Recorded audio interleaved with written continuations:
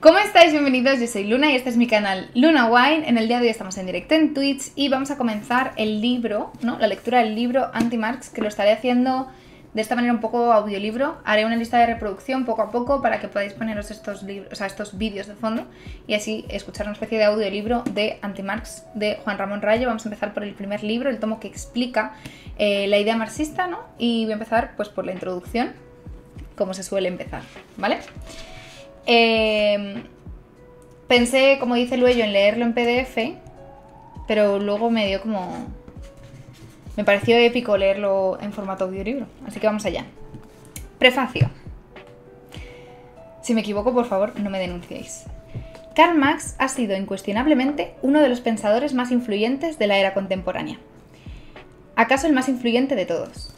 Sus ideas no solo han arraigado en departamentos universitarios tan dispares como los de filosofía, sociología, economía, ciencias políticas, historiografía, psicología o antropología, sino que han alentado la formación de movimientos sociales de masas, como los sindicatos obreros, y de organizaciones políticas que en muchos casos llegaron a conquistar el poder estatal y a aplicar un revolucionario conjunto de medidas que crearon una nueva sociedad de pretendida inspiración marxista. Ningún otro pensador a lo largo de la historia de la humanidad ha logrado un predominio práctico tan absoluto de sus ideas sobre la vida de miles de millones de personas. Para encontrar un grado de influencia paragonable, deberíamos remitirnos a la figura de líderes religiosos, como Jesucristo o Mahoma, o al menos como Lutero, Buda o Confucio. A diferencia de ellos, sin embargo, las ideas de Marx triunfaron desde la ciencia y no desde la fe, o al menos lo hicieron aparentemente. Dada la gigantesca impronta que han dejado las ideas de Marx en la historia reciente de la humanidad, no será necesario extenderse en justificaciones sobre por qué resulta recomendable examinar el pensamiento marxista. Cualquier persona que desee entender la sociedad moderna no tiene otro remedio que entender y reflexionar sobre el marxismo. En cambio, lo que sí puede resultar pertinente es responder a la pregunta de cuál es el propósito específico de esta obra, de cómo se estructura y de qué aporta frente a la abundantísima literatura ya existente. A este respecto puede resultar útil comenzar aclarando el porqué del título y del subtítulo. Anti-Marx, crítica de la economía política marxista. El título, Anti-Marx, evoca el Anti-Turing, uno de los más conocidos e influyentes libros del compañero intelectual de Marx durante 40 años, Friedrich Engels. Como su nombre indica, el Anti-Turing fue un libro escrito para criticar las tesis del filósofo socialista Karl Eugen Turing, el cual a su vez había criticado buena parte de las ideas de Marx. Ese tipo de obras dirigidas principalmente a criticar las ideas de otros autores, no fueron precisamente excepcionales dentro de la producción literaria de Marx y Engels. Al contrario, buena parte de sus escritos principales tenían ese propósito. Así, aparte del ya mencionado Anti-Turing, encontramos la Crítica de la filosofía del derecho de Hegel, de 1843, que fue una crítica a Georg Wilhelm Friedrich Hegel sobre la cuestión judía de 1843, una crítica de Bruno Bauer. La Sagrada Familia o Crítica a la Crítica, 1844, una crítica a Bruno Bauer. Edward E. Bauer y pues también Max Stirner. La ideología alemana, 1845-1846, una crítica a Ludwig Feuerbach, Bruno Bauer, Edward Bauer y Max Stirner. La miseria de la filosofía, 1847, una crítica a Pierre Joseph Bauthon. Las ideas de la plusvalía, 1863, una crítica a Adam Smith, David Ricardo y otros economistas clásicos y vulgares. Y Ludwig Feuerbach y el fin de la filosofía clásica alemana, 1866, una crítica especialmente dirigida contra Hegel y Feuerbach. ¿Y por qué gran parte de las obras más importantes de Marx y Engels fueron obras dirigidas a polemizar con otros autores? Pues por dos razones. Por un lado, porque la crítica se construye de una forma... Por un lado, porque la crítica constituye una forma de exponer las ideas propias. Al destruir también se construye al lado de lo destruido. Por otro, porque la crítica permite mostrar la superioridad de las ideas que salen victoriosas de la crítica. Si la historia de la humanidad solo avanza entre contradicciones, la historia de las ideas también avanza entre contradicciones.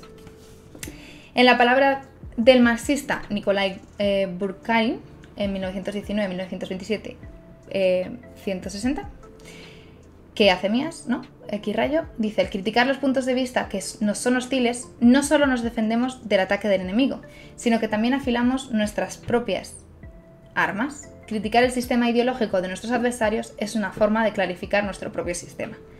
Por consiguiente, no debe entenderse el título de este libro, Anti-Marx, como una declaración de animadversión personal hacia Marx, sino más bien como una declaración sobre el propósito de esta obra: ofrecer una crítica al pensamiento de Marx, y de un modo especial a su pensamiento más específicamente económico.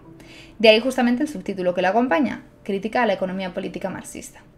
En este caso, la referencia que hemos buscado es clara: el subtítulo del libro más importante de Marx, El Capital, 1867, 1885 y 1894. Es precisamente este, ¿no? A saber, dice, Crítica de la economía política. Y es que, de la misma manera que con El Capital, Marx buscaba revelar los errores que cometía la economía política de su época a la hora de interpretar la realidad del capitalismo, nosotros pretendemos exponer los errores que comete Marx en su reinterpretación del capitalismo.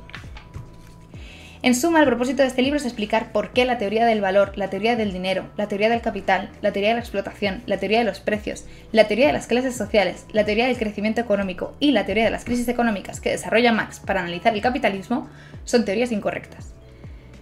¿Por qué también lo es su teoría de la historia, su teoría de la libertad o su teoría sobre el funcionamiento del comunismo? Pero para poder criticar todas estas teorías, primero hay que formularlas de un modo coherente y sistemático. Y eso no siempre ocurre con Marx. Más allá de que sus textos puedan parecernos más claros o más oscuros, es indudable que algunas de sus teorías sí se le presentan al lector atento de un modo más o menos sistematizado y pulido, como su teoría del valor, del dinero, del capital o la de la explotación. Mientras que otras, como la teoría de clases sociales, de los ciclos económicos o de la libertad, son teorías que no llegaron a ser sistematizadas por Marx y que solo cabe reconstruir a partir de las ideas fragmentarias del autor en muy diversos textos. En otras palabras, antes de criticar a Marx, debemos explicar a Marx, tanto allí donde no existen grandes problemas interpretativos de sus ideas, cuanto allí donde sí los hay. De ahí que este libro se divida en tomos. El primer tomo está dirigido a exponer el pensamiento marxista, especialmente, aunque no exclusivamente, en su vertiente económica, de un modo sistemático y acrítico. No se pretende ni distorsionar ni caricaturizar a Marx, sino simplemente exponer cuáles fueron sus ideas.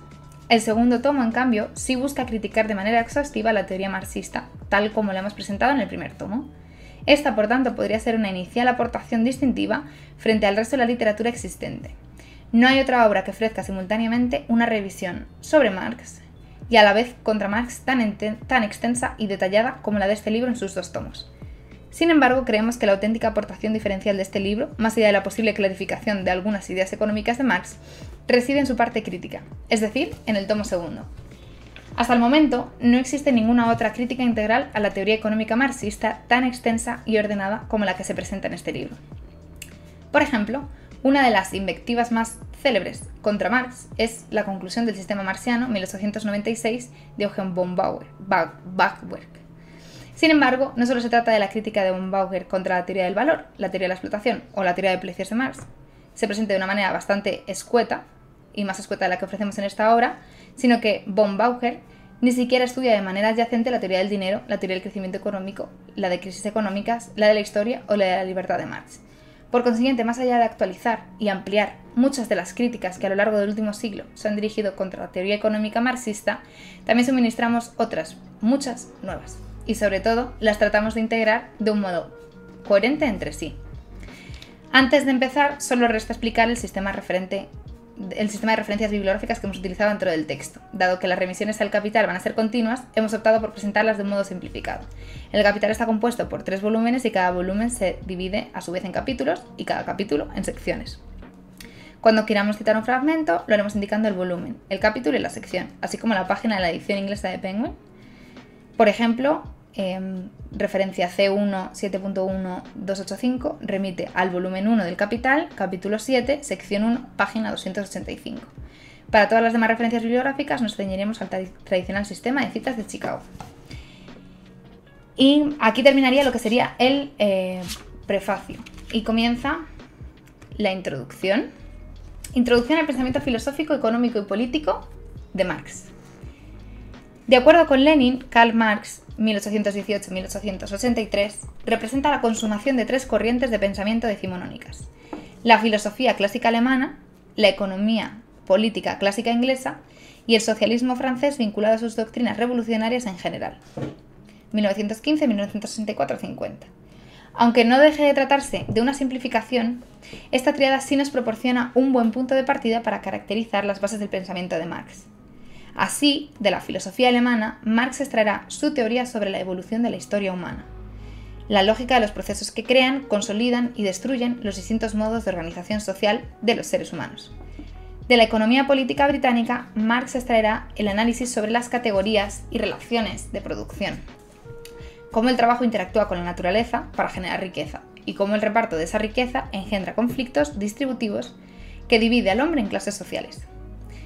Y del socialismo francés, Marx extraerá la perspectiva de futuro de un mundo postcapitalista, una sociedad sin propiedad privada y sin clases sociales, pero a la que solo puede llegarse a través de la lucha de clases y de la revolución proletaria. En primer lugar, el enfoque filosófico de Marx, extraído de la filosofía alemana, puede describirse como una dialéctica materialista.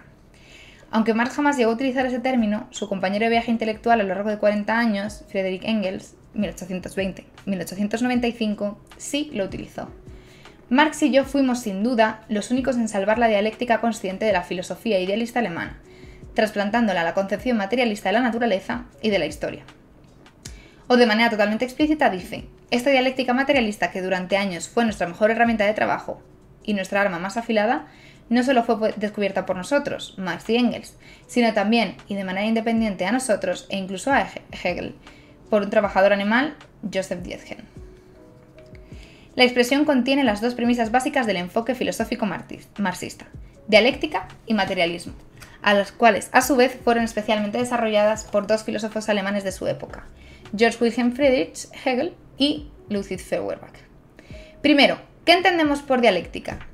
Tal como expone Engels, la dialéctica, que culmina a comienzos del siglo XIX con Hegel, es una teoría y un método de investigación de la realidad que parte de la base de que todos los elementos de la naturaleza están interconectados y, por tanto, sujetos a un cambio continuado. Todo se mueve, se transforma, emerge y perece. No hay nada inmutable y rígido en el universo. No estudiamos objetos rígidos, sino objetos, en medio de un proceso, materia en movimiento. De eso está compuesto el mundo. La dialéctica se contrapone a la metafísica, la cual estudia la realidad desde la perspectiva de que todos los elementos de la naturaleza son independientes y de que, por tanto, no están sujetos a cambio sino a un estado final de reposo. Para la metafísica, antes de poder estudiar los procesos, es imprescindible estudiar en aislado sus partes componentes.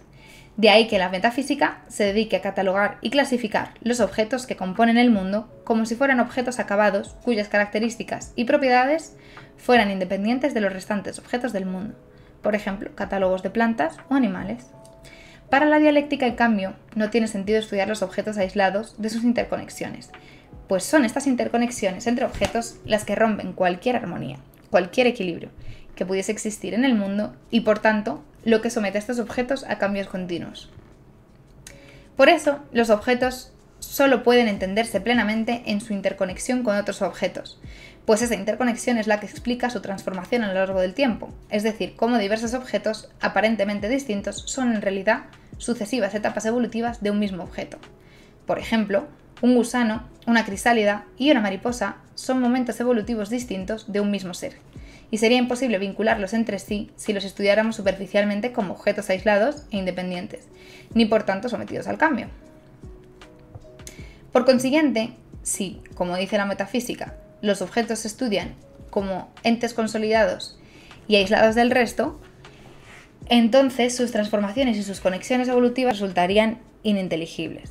Si no hubiese conflicto, si no hubiese fuerzas opuestas, el mundo no cambiaría, se hallaría en un equilibrio estable, es decir, una quietud completa y absoluta, un estado de reposo que impediría cualquier movimiento. En suma, la dialéctica es dinámica, la metafísica es estática. La dialéctica son procesos, la metafísica son objetos aislados y finales.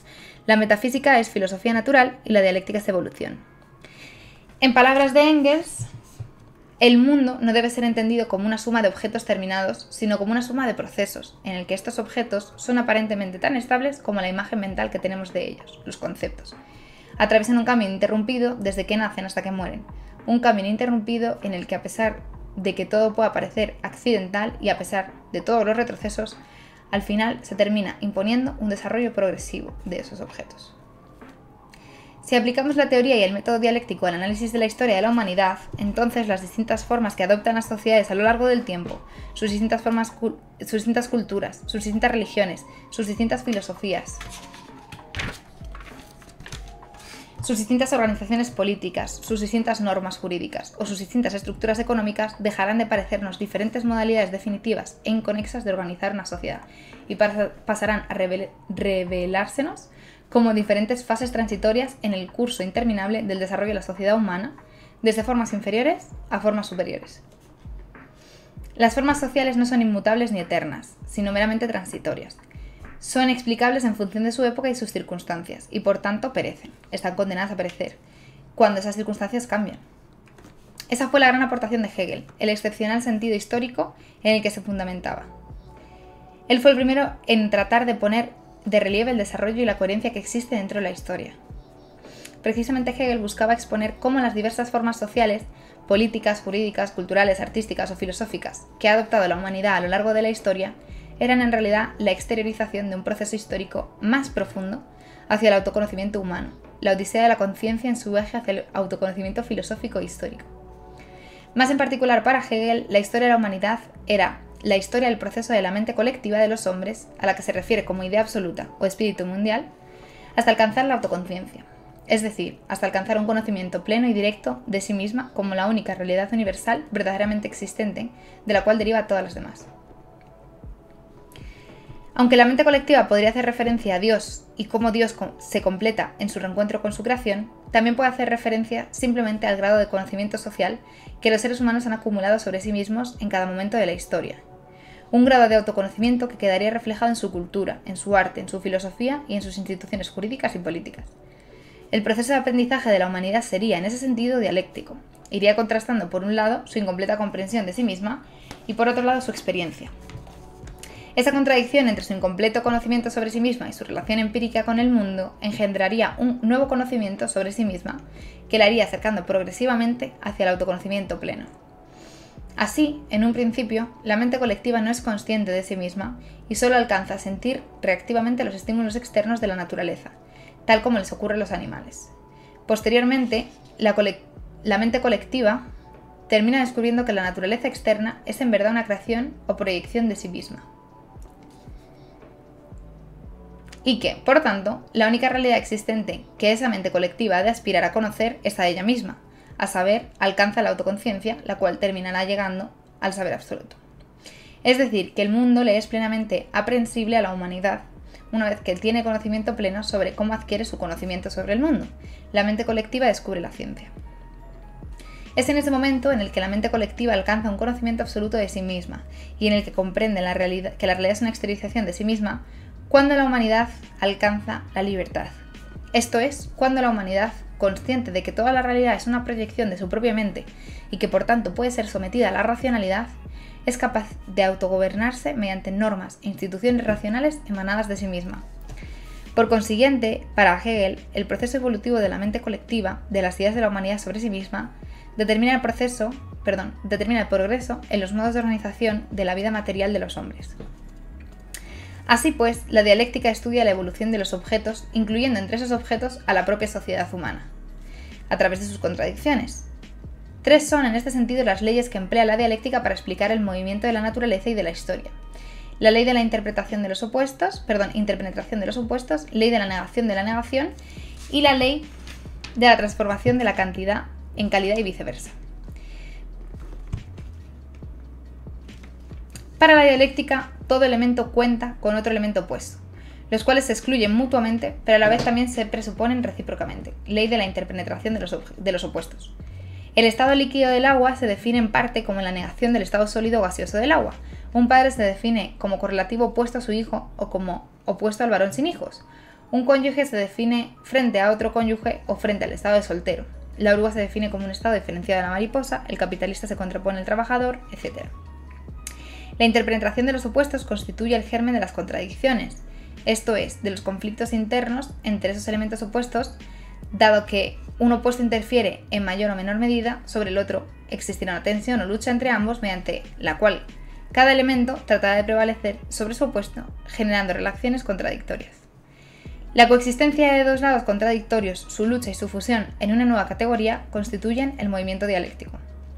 Por ejemplo, un cónyuge puede tratar de imponer su voluntad sobre otro cónyuge o un capitalista puede intentar enriquecerse a costa de su trabajador. y en ambos casos esa fricción entre ambos elementos opuestos dará lugar a acciones y reacciones de cada uno de ellos sobre el otro. O dicho de otro modo, la contradicción entre dos elementos opuestos origina cambios que en un comienzo tienen un carácter cuantitativo o gradual, pero que merced a la acumulación de cambios cuantitativos engendran cambios cualitativos que transforman la naturaleza de cada elemento, ley de la transformación de la cantidad en calidad y viceversa. Por ejemplo, el conflicto entre cónyuges puede escalar hasta consumarse en forma de divorcio, en cuyo caso cada elemento se transforma en uno de sus opuestos, a saber, cada cónyuge se transformará en soltero. Una especie de regreso a la situación original de partida previa al matrimonio.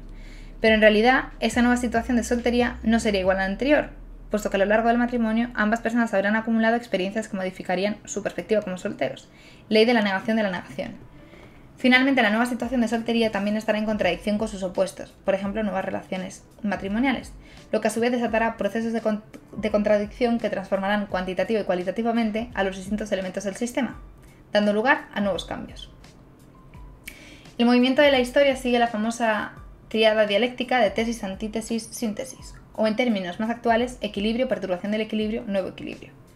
Un ejemplo paradigmático de este proceso dialéctico es la evolución biológica.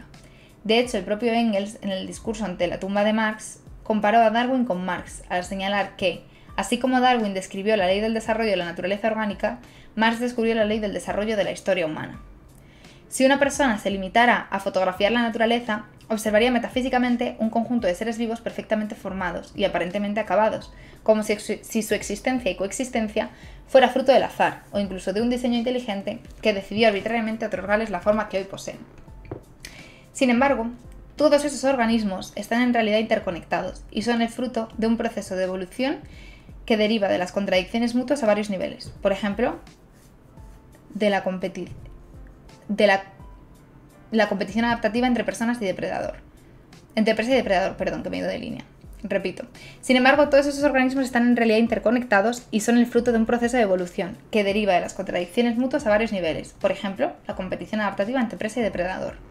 Es el estrés al que se ve sometido cada organismo dentro de su hábitat el que lo aboca a un continuo cambio que, en ocasiones, puede ser solo cuantitativo o gradual, pero que en otras, como las mutaciones, puede ser de tipo cualitativo, dando lugar a nuevos organismos que niegan los originales.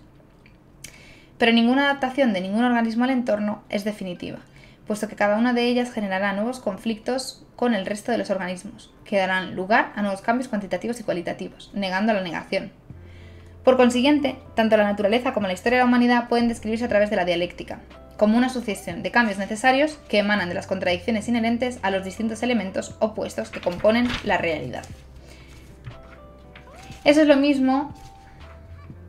mismo es lo que, como Hegel pretendía conseguir con Marx, comprendía la lógica interna detrás de la evolución de las sociedades humanas, es decir, comprender las leyes especiales que regulan el origen, la existencia, el desarrollo y la muerte de un determinado organismo social y su sustitución por uno superior.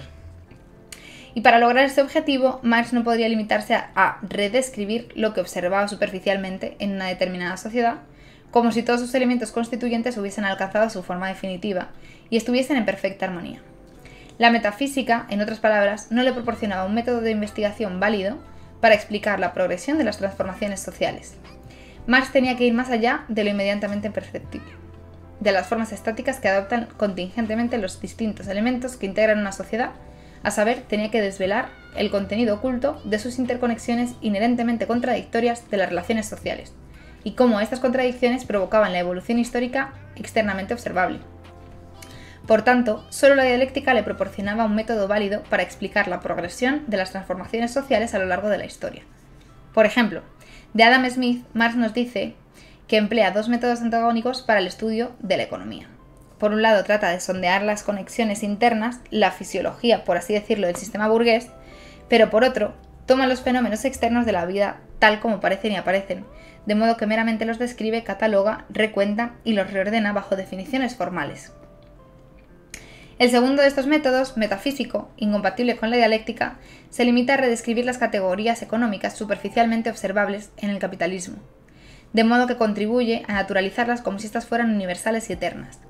No profundiza en el estudio de qué hay detrás de esa forma contingente o por qué esa forma contingente encubre un contenido social determinado, ni tampoco por qué puede llegar a germinar una tensión, una contradicción entre la forma y el contenido que genere provoque cambios en la forma.